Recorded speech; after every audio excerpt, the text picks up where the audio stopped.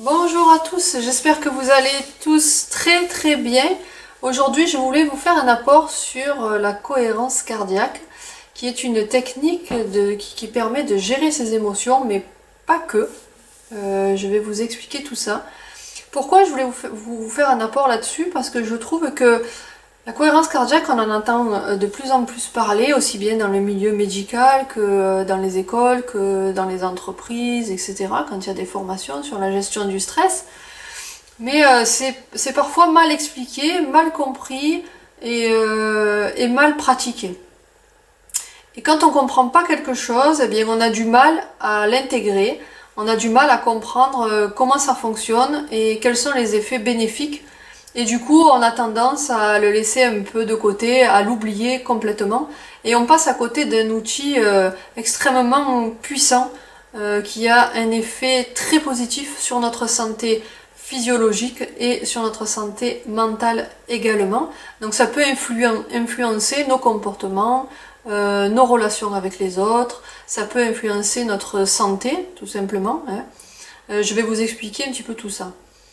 Alors, pourquoi cohérence cardiaque? Alors le mot cohérence, il est voilà, il n'est pas forcément très adapté, mais pourquoi cardiaque? Parce qu'on va travailler essentiellement sur votre cœur. Pourquoi sur votre cœur? Parce que vous savez, on relie l'intelligence aux neurones. Vous savez, on dit souvent d'une personne qui nous paraît pas intelligente, on dit lui il a que 2 neurones, ou il a les neurones qui fonctionnent plus, ou voilà. L'intelligence égale neurone. On sait que dans notre cerveau, au niveau le cerveau qui se situe dans notre boîte crânienne, nous avons 100 milliards de neurones. Mais il n'y en a pas que dans notre cerveau là-haut. Nous avons aussi 2 autres organes intelligents dans notre corps. C'est notre cœur et notre système digestif. Alors le système digestif et ses neurones et comment ça fonctionne avec les neurotransmetteurs, etc. C'est pas le sujet d'aujourd'hui. Ça peut faire le sujet d'une autre vidéo. Aujourd'hui, je vais vous parler essentiellement des neurones qui se situent dans notre cœur. Nous avons 40 000 neurones qui se situent dans notre cœur. Et comme neurone égale intelligence, eh bien notre cœur, c'est un organe intelligent. Donc nous avons 3 organes intelligents dans notre organisme, le cerveau, le cœur et le système digestif. Donc le premier, le deuxième c'est le système digestif et le troisième c'est notre cœur. Donc aujourd'hui on va parler du système intelligent de notre cœur et comment ça fonctionne au niveau de la gestion des émotions et au niveau du maintien de notre santé. Alors, vous savez que dans la nature, tout ce qui existe possède son contraire. Par exemple, les biceps et les triceps, les lombaires qui sont maintenus par les abdominaux, l'inspiration et l'expiration, le dedans, le dehors, tout ce qui existe possède son contraire. Mais c'est important de le savoir dans la gestion de nos émotions. Alors, la gestion de nos émotions peut se faire par le biais de notre cœur. Pourquoi? Parce que notre cœur, qui est un organe intelligent, je le répète, lui, il communique à notre cerveau et il lui envoie des informations. D'accord? Donc il va lui envoyer l'information. Est-ce que on est dans une situation stressante, une situation d'urgence? Donc est-ce qu'il est nécessaire de se mettre dans un état de stress? Et si oui, eh bien, notre cœur va envoyer ces informations au cerveau et le cerveau, lui, va tout mettre en œuvre pour que notre organisme se mette dans un état d'urgence absolue. Par exemple, en cas de grosse peur ou en cas de danger, tout l'organisme va se mettre dans un état physiologique pour prendre la fuite. Au niveau de la tension artérielle, au niveau du rythme cardiaque, au niveau de la tension musculaire, même au niveau du système digestif, tout est chamboulé pour nous mettre un peu sur les starting blocks pour fuir le danger ou pour combattre. Mais en tout cas, cet état-là, c'est ce qu'on appelle l'état de stress. Donc, quand on est dans une situation qui est stressante ou qui nous paraît stressante, eh bien, on a le système sympathique et le système parasympathique, hein, tout et son contraire, qui vont se compenser l'un l'autre pour garder un certain équilibre. Le système nerveux sympathique, c'est celui qui va mettre tout en accélération, qui va nous mettre dans un état de dynamisme absolu pour combattre ou pour fuir. Et le système parasympathique, lui, c'est le contraire, c'est tout ce qui est détente, relaxation et bien-être. Ces deux systèmes, sympathiques et parasympathiques, possèdent leurs hormones, leurs neurotransmetteurs et toute une biologie qui leur correspond à chacun. Donc on va prendre juste l'essentiel, nous, parce que je crois qu'il y a à peu près il y a plusieurs milliers de produits, de substances chimiques qui vont se mettre en action dans nos états émotionnels. Mais là, on va prendre l'essentiel, notamment tout ce qui va accélérer notre système, aussi bien psychique que physique. On va parler du cortisol, de l'adrénaline et de la dopamine. Voilà, on va parler de ça aujourd'hui. Dans les états de stress, on a un taux de cortisol qui monte en flèche, hein, qui monte subitement, et l'adrénaline et la dopamine. Alors comme tout possède son contraire, si le cortisol est très élevé, on va voir qu'il y a des effets bénéfiques, mais aussi des effets néfastes sur notre santé si ce taux de cortisol reste trop élevé. Donc pour contrebalancer le cortisol, qu'est-ce qu'il faut fabriquer? Il faut fabriquer de la DHEA, de la noradrénaline et de l'acétylcholine. Voilà. C'est assez simple. Un système sympathique, il va mettre notre corps en stress, notre état physique et physiologique en stress, et le système parasympathique qui va calmer tout ça. Donc, quel est l'avantage et l'inconvénient des états de stress? Le stress, c'est pas forcément toujours notre ennemi. Comme je le disais tout à l'heure, en cas de danger, on a besoin d'un taux de cortisol élevé pour partir en courant ou pour se battre. Le matin, quand on se réveille, pour sortir d'un état de sommeil, qui est un état de relaxation très profonde, donc quand le réveil sonne, on ne met pas 3 heures à se réveiller. On se lève en 2 minutes, 3 minutes. Bon, il y en a, c'est beaucoup plus long, il y en a qui ne se lèvent pas du tout. Mais dans un état normal, le réveil sonne, on se lève. Donc dans ces cas-là, le cortisol a un effet bénéfique sur nous. Il permet de nous maintenir en santé, de nous lever, etc., de fuir le danger, de rester en sécurité, de prévoir les événements dangereux qui arrivent, etc.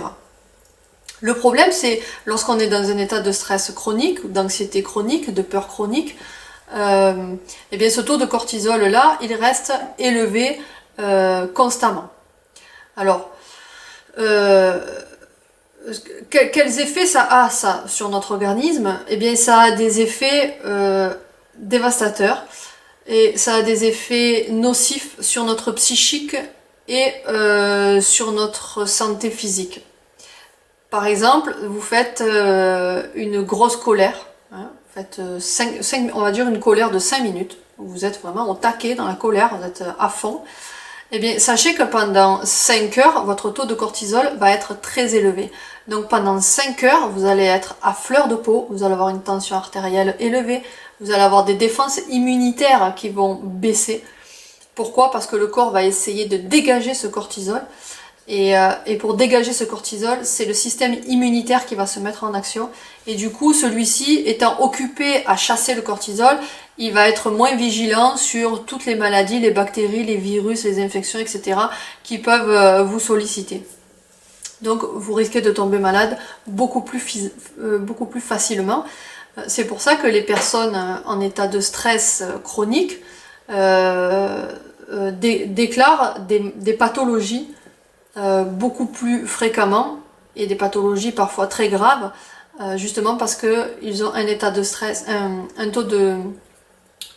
parce qu'ils ont des défenses immunitaires qui sont très affaiblies. D'accord?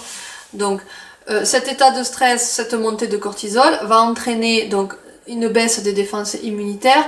Ça peut entraîner des troubles du sommeil, des troubles de l'appétit, des troubles de la concentration, de l'apprentissage, des problèmes digestifs, des problèmes de peau, des problèmes d'hypertension, des problèmes à prendre des décisions. Voilà, le cortisol est bénéfique s'il est temporaire, mais s'il est maintenu à un taux élevé trop prolongé, nous avons tous ces effets-là sur notre organisme. Donc, comme tout possède son contraire, eh bien, pour contrebalancer le cortisol, qu'est-ce qu'il faut sécréter? De la DHEA, de la noradrénaline, de l'acétylcholine. Vous savez que la DHEA, elle est vendue en pharmacie sous forme de gélules, et ça a été à la mode il y a quelques années, hein, l'hormone de la jeunesse, l'hormone de jouvence, etc., l'hormone de la beauté, anti-vieillissement, mais sous forme de gélules. C'est une DHEA qu'on va amener de l'extérieur et qui ne va pas être forcément très bien assimilée par notre organisme, qui ne va pas être assimilée d'ailleurs par notre organisme, ce que je viens de dire. Pour assimiler de la DHEA, il vaut mieux la fabriquer nous-mêmes. Et c'est là que va commencer l'intérêt. Alors j'espère que c'était pas trop long cette partie théorique, mais c'est important que vous connaissiez un petit peu tout ça. Parce que la cohérence cardiaque, c'est pas tombé du ciel comme ça, c'est pas un concept philosophique, c'est pas de la superstition, c'est quelque chose de très concret. Des taux d'hormones, des imageries sous IRM, électrocardiogramme, électroencéphalogramme, tout a été vérifié de façon biologique pour prouver que la cohérence cardiaque a un effet bénéfique sur notre physiologie et notamment sur la fabrication de certaines hormones comme la DHEA. Donc comment on va la fabriquer? Par le biais de la cohérence cardiaque. Bien, on va revenir sur le fait que le cœur c'est un organe intelligent, donc on va travailler sur cet organe-là. Cet organe-là va mettre tout un système en place, en fonction de ce qu'on va lui faire faire, va mettre tout un système en place qui va fabriquer des hormones du bien-être, des neurotransmetteurs, et qui va envoyer l'information au cerveau comme quoi c'est pas la peine qu'il s'excite autant, ou alors ça y est, il s'est excité, mais là le danger est passé. Maintenant, il faut redescendre en pression, retomber en pression et faire tomber le cortisol. Donc le cœur, lui, va dire, laisse-moi fabriquer de la DHEA. Alors j'ai eu une petite coupure vidéo, donc je vais faire un petit collage. Donc s'il y a un petit couac, ça vient de là. Et j'en suis désolée. Donc on va demander à notre cœur, on va mettre notre cœur en condition pour la fabrication de cette DHEA. Donc comment on s'y prend? Mais d'abord, on va travailler sur la respiration. On va s'entraîner à respirer d'une certaine façon. On va prendre une inspiration sur 5 temps, donc 5 secondes ou 5 temps. Il faut que ce soit confortable. Il ne faut pas que ce soit une respiration ni saccadée, ni une respiration forcée, mais une respiration fluide. Donc on inspire et on compte 1, 2, 3, 4, 5... Et quand on arrive en fin d'expiration, on redescend, mais d'une façon très fluide et très arrondie. C'est-à-dire qu'on ne monte pas très fort, on monte lentement, doucement, tranquillement, et on redescend d'une façon plutôt arrondie et pas une façon saccadée. Donc une fois qu'on a compté jusqu'à 5, on redescend et on expire par la région du nombril. On imagine que l'air sort par la région du nombril. Et en expirant, on va compter encore une fois jusqu'à 5. 1, 2, 3, 4, 5. Donc on s'entraîne à faire ça pendant 1 à 2 minutes. Inspiration, arrondi, expiration, arrondi, inspiration, arrondi, etc. Une fois que cette respiration-là, elle est fluide, on va imaginer que l'air entre par notre thorax, par notre cœur, de façon à stimuler nos cellules cardiaques, à stimuler la fabrication de DHEA, et en imaginant que l'air sort par le nombril, on visualise notre abdomen, de façon à stimuler aussi les neurones qui se situent au niveau de notre système digestif. Une fois que ça c'est bien en place, on va intégrer dans notre cerveau qui se situe dans la boîte crânienne cette fois, donc c'est celui-là qu'on va stimuler, on va intégrer une image qui génère en nous des sentiments d'amour, de gratitude, de paix, de joie, tout ce qui est positif pour nous, de façon à nous détendre. Donc on a plusieurs choses à faire. travailler sur la respiration, comme je vous l'ai expliqué. Imaginez que l'air entre par le cœur, imaginez que l'air est expiré par la région du nombril, et ensuite intégrer une image de paix, de joie, d'amour, de gratitude, etc. Donc cet exercice-là, une fois qu'il est en place, que vous avez mis tout ça en place, vous faites ça pendant 5 minutes. Alors au quotidien, pour un entretien quotidien, pour une hygiène quotidienne, il faut le faire pendant 5 minutes. L'idéal, c'est 3 fois par jour pendant 5 minutes. Si vous avez des troubles du sommeil, des difficultés à vous endormir ou des réveils pendant la nuit, vous faites ça dans votre lit tranquillement. Donc l'idéal, c'est de le faire le matin au réveil, si vous avez le temps, mais en principe les 5 minutes, quand on a envie d'aller mieux, on les prend. Donc le matin au réveil, pourquoi? Parce qu'il y a un taux de cortisol élevé, je vous l'ai expliqué, hein, c'est pour nous permettre de nous réveiller. Donc notre taux de cortisol étant élevé, on va être plus un peu sur la défensive. Sur la défensive, on va être plus sujet à des angoisses. D'ailleurs, les personnes qui sont dans un état dépressif sont souvent très angoissées le matin. Donc vous faites ça le matin au réveil, vous faites ça avant le repas de midi si vous avez des problèmes alimentaires, des troubles alimentaires, si vous voulez diminuer votre prise alimentaire, etc. L'idéal, c'est de le faire en milieu d'après-midi ou le soir si vous avez des troubles du sommeil. Mais la règle, c'est 3 fois par jour pendant 5 minutes. Intégrez ça dans votre quotidien, vous allez voir une amélioration dans plein de domaines. Cette technique est même utilisée aux États-Unis dans des centres où il y a des détenus, des délinquants, pour éviter les récidives. Et ça a été prouvé que les récidives sont passées de 85% à 12%. Donc voilà, l'effet bénéfique de cette technique, je n'ai pas à vous la vendre puisqu'elle est déjà prouvée, elle a déjà été étudiée, il y a eu des études scientifiques qui ont été faites dessus. Donc les effets ne sont pas approuvés. Moi, mon objectif, c'est pas de vous convaincre que c'est bon pour vous, c'est de vous expliquer comment ça fonctionne et de vous donner quelques données théoriques, scientifiques, biologiques, pour vous prouver quand même que c'est du sérieux, que c'est pas tombé du ciel et c'est pas philosophique, ésotérique, voilà, tout ce que vous voulez. Hein. Soyez convaincus de son efficacité, intégrez-le dans votre quotidien pour tout ce qui vous dérange, gestion des émotions et tout ce qu'on a vu dans cette vidéo. Voilà, je vous laisse là-dessus. Travailler cette technique, c'est comme un muscle, ça se travaille, c'est une habitude à prendre.